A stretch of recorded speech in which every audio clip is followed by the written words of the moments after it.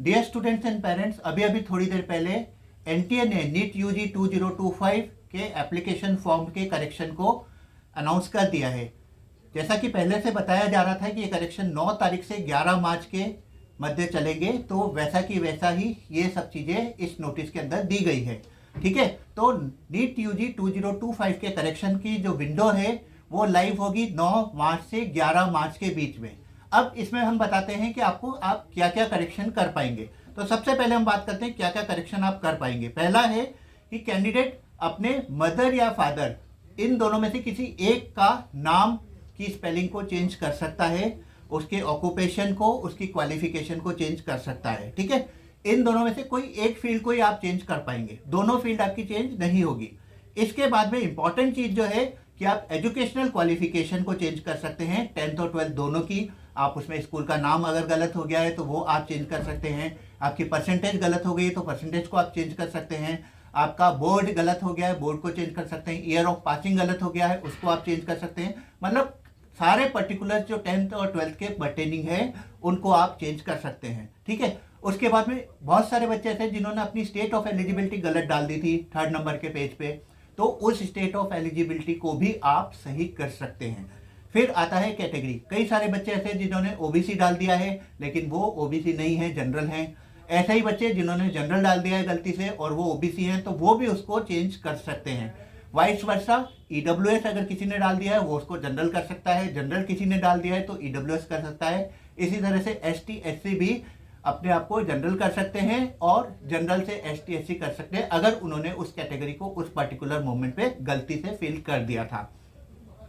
इसी के एवज में उनको जो करेक्शन फीस है वो जमा करनी पड़ेगी। जैसे ओबीसी से कोई जनरल करता है तो उसको 100 रुपीज़ जमा करनी पड़ेगी और जनरल से ओबीसी करता है तो उसको कोई फीस जमा नहीं करनी पड़ेगी।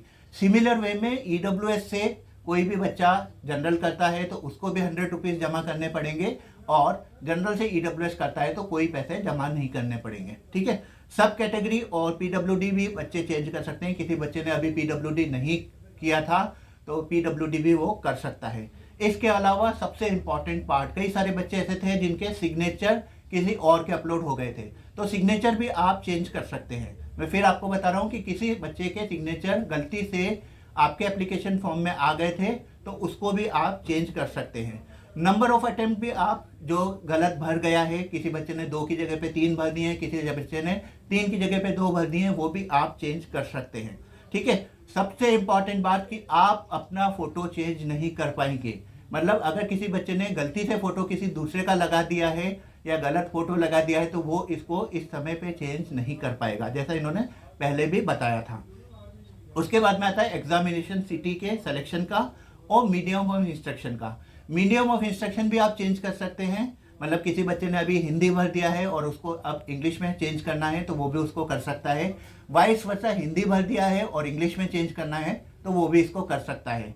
Last but not the least, centre of examination को भी आप चेंज कर सकते हैं, लेकिन ये सेंटर ऑफ एग्जामिनेशन आप उसी सूरत में चेंज कर पाएंगे जिसमें आपने लोकल एड्रेस और परमानेंट एड्रेस भरे हैं। फॉर एग्जाम्पल मैं बताता हूँ, आपने अगर उत्तर प्रदेश का लोकल एड्रेस भरा है और परमानेंट एड्रेस बिहार भरा है तो आप बिहार और यूपी में ही सेंटर को चेंज कर पाएंगे।